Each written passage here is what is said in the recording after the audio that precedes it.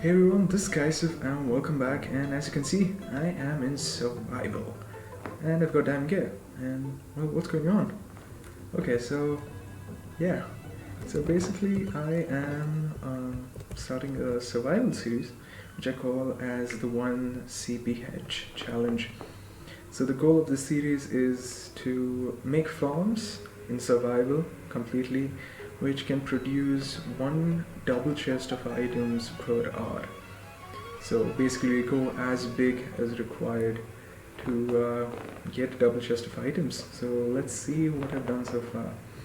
So the reason I've already got a lot of stuff going is I originally didn't start this world with the intention of making it a sort of let's play series. So I just started playing and I decided much later that there would be good content. So just as a notice as to where I am, I'm a decent ways out from spawn and I've been playing for about 130 in-game days. Now I do have diamond gear, but I've not actually done too much mining myself. I'll show you why I have that. So let's get a look at some of the farms I've got going. We've got this villager breed here, a logical geek design, a starter iron farm. It's got a zombie that's bouncing up over there, but you can't see him right now. Kills the golems and iron literally rains down. It's been a decent producer. I think I've got like chest worths of a few iron blocks. Here we've got a beginner honey farm setup. We need the honey for a sugarcane farm, which I will talk about later on. These two farms are definitely temporary.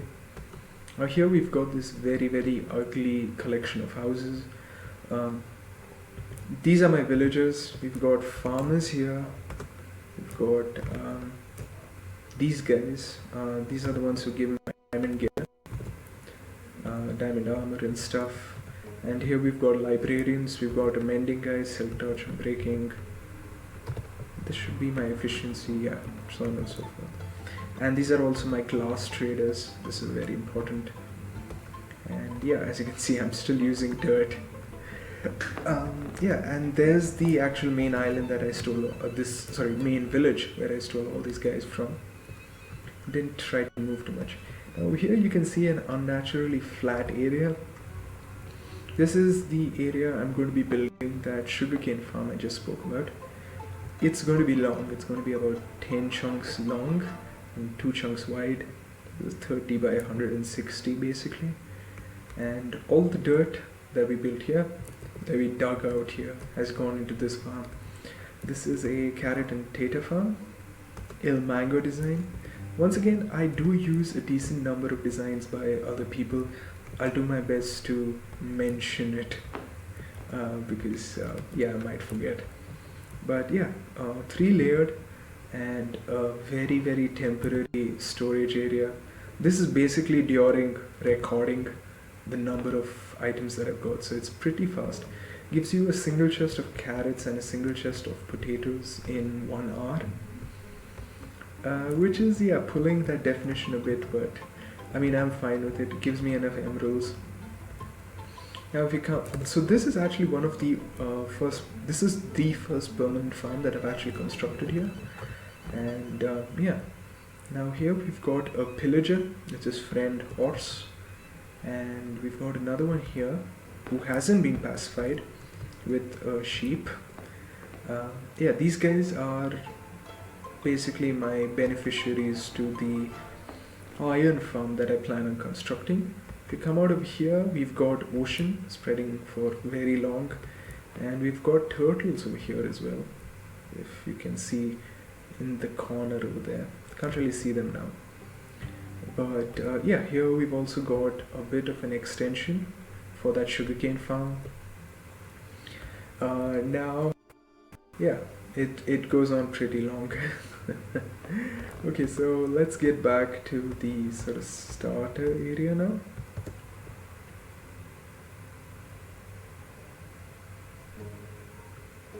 Alright, so I must mention that I am not the greatest builder. I'm not a great builder of houses, which is why those look so ugly.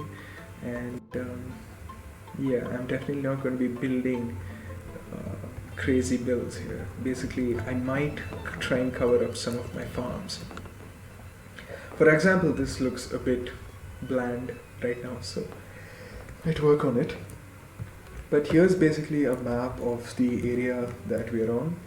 This is where we are. We've got a few animals here, llamas and stuff. This is the carrot farm. I've put a nice design on top using some orange glass. There's our iron farm thing. There's a small village. There's the actual village. And this is that large area that I cleared out that I was talking about. We've got all of this area, which is all the way back there. We've got an enchanting setup. A lot of very basic stuff so far. And over here we've got an oak and birch forest, some spruce trees over there, dark oak forest over there. And if I come out over here, we've got mountains off in that direction. So yeah. Now, I'm sure there are a lot of questions, yeah, but I think a lot of things that I've got to clarify, so I guess you can now enjoy me digging out a slime chunk while I explain some of the other goals of this survival series, so see you then. Alright, so while you enjoy me digging out a large area, let me just explain the rules on sort of goal of this series. So the most important thing is I want to build farms that can give me 1 double chest of items per hour. That is a lower limit, not an upper limit. So there are definitely going to be farms that are much more efficient than that. The reason I went for this lower limit is that I didn't want to go about building enormous farms that were not very fun to build. For example, the villager potato farm. Those things are nasty to build because there's so many villages and then you've got to deal with hoeing of the land and stuff like that. It's not a very fun project. So yeah, I wanted to keep a sort of lower limit that I wanted to go for. Now, in terms of external aid, I do use Optifine, and I will be using stuff like chunk base to find my slime chunks and my biomes. Biomes until I get elytra or something. I'm lazy. In terms of other things, I do use a few texture packs from Vanilla Tweaks, also occasionally a few data packs as well. I can also occasionally put shaders on, which just completely trashes my computer. I do think I've mentioned about Optifine. Now, probably the most important thing, item duplication. I will not be using item dupers or TNT dupers for farms that require, for farms basically. If it's a basalt farm or a wood farm, I will not be using a TNT duper because I like using perfectly timed pistons to do that. And then in case it does come down to me building perimeters and digging out large areas of land, very large areas of land, I might use TNT dupers in that case. And that's a massive if, in case I do not get beacons or I'm very lazy or I don't have enough TNT or something like that. So that's basically going to be the sort of limitations or the extent to which I will go to on this server, on this world, on the single player world. Now you can enjoy me mining for a bit longer. So yeah, haha.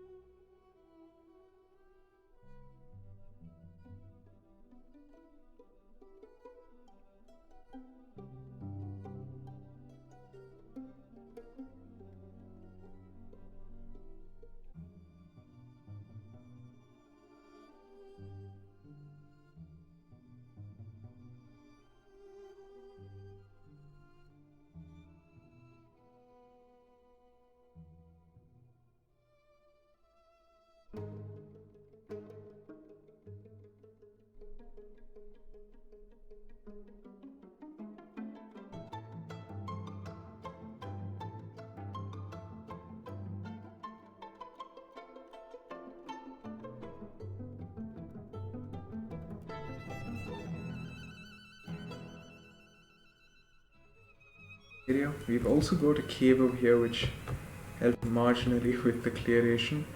But here's our first slime. And let's see if we can get a first slime balls from this farm. Yeah. So 3 slime balls, that should be enough for a few sticky pistons. Yeah, we obviously do need a lot more. I'm probably going to put an iron golem here to try and automate it. As you can hear, there is a cave somewhere around here, and I hate lighting up caves, so yeah, I'm gonna have to brave it eventually to get some slightly better rates here. But yeah, we got absolutely no resources in terms of diamonds from this. We did get a decent amount of redstone and stuff, but yeah.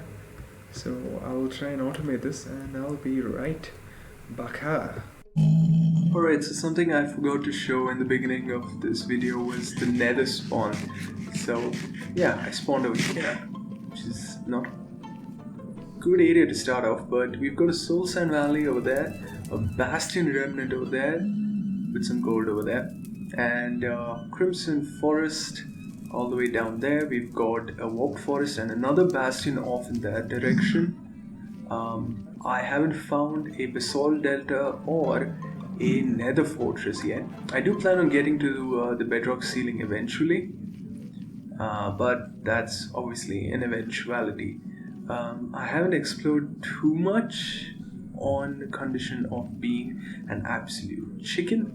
I am also planning on making a sort of temporary gold farm, but we'll see about that. So let's head on to the overworld where I've got some stuff done.